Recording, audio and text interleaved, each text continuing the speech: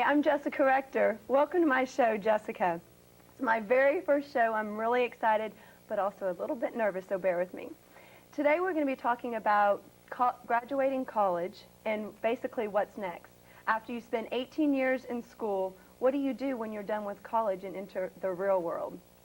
Today my guest is Emily Sardania. She's a recent college graduate. Welcome, Emily. Thank you. Thank you for coming to my show. Of course, it's great to be here. So tell me a little bit about you, where you're from, and what college you went to.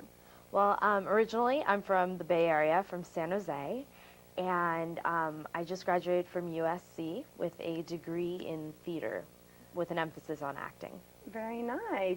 So for those deciding on which college to go to, they're just entering, getting out of high school, they're going to enter college. How do they decide? This is a major decision. How do you make that decision?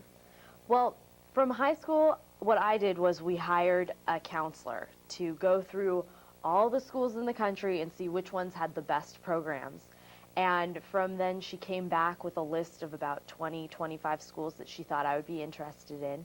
And I had made a list of different criteria of things that I was looking for, like big sports school, or had a theater program, obviously, for me. Right.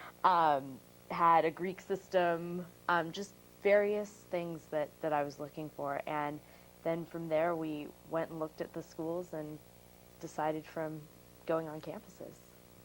Very nice. Were you excited when you first went to school? I was.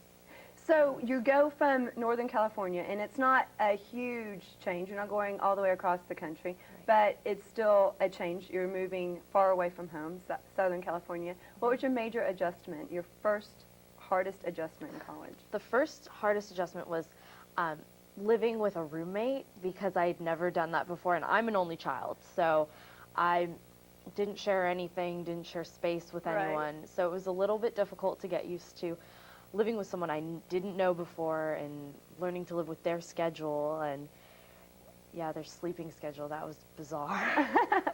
But it all worked out in the end. And you lived with them the whole year, though? Yeah, the whole year. The whole year. I stuck it out. After 6 months, though, I was calling home and saying, can I move out?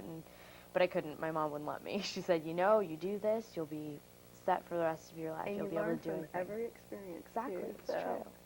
So entering college, what were your hopes, fears, and expectations, and what are they exiting college? Entering college, I was worried about making friends, doing well in my classes. I had always done well in my classes in high school.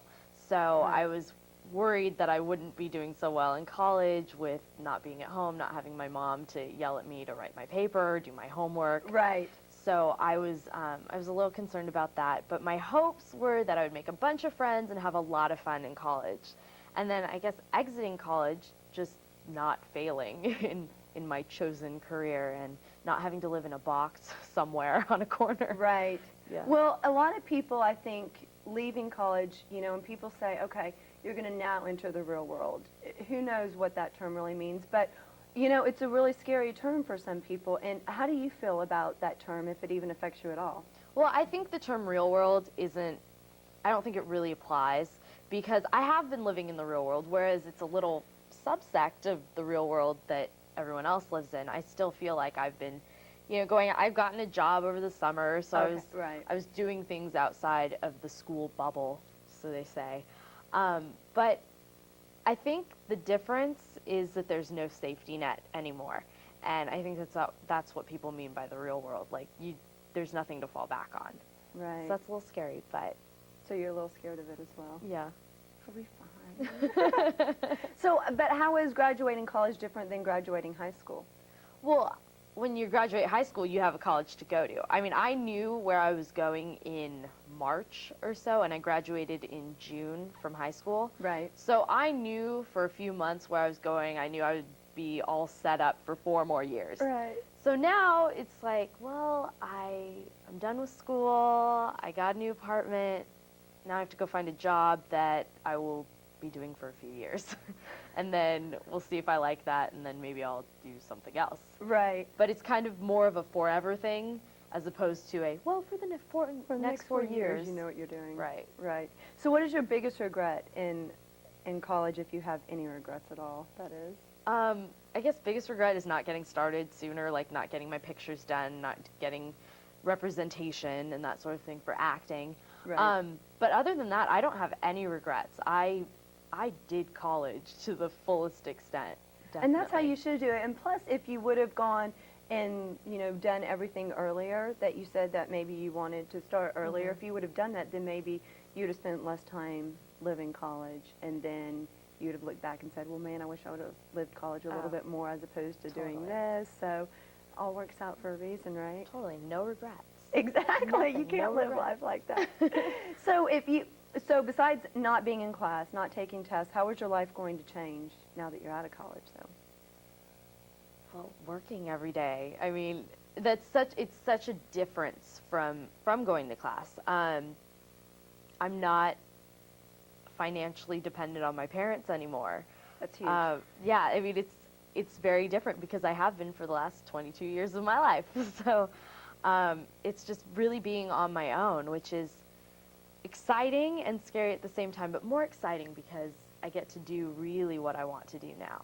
And plus, the world's full of opportunity. I mean, the opportunity's there, so you can either use it to succeed or you can use it to fail, and however you choose to use the opportunity is totally up to you. So that's a good thing if you're using it for, positive things, and it's going to be scary if you're going to use it for negative things, though. Yeah. So what are you going to miss most about college and least about college? I'm going to miss most all of my friends and living so close to them and being able to go out all the time or just hang out and watch a movie or TV.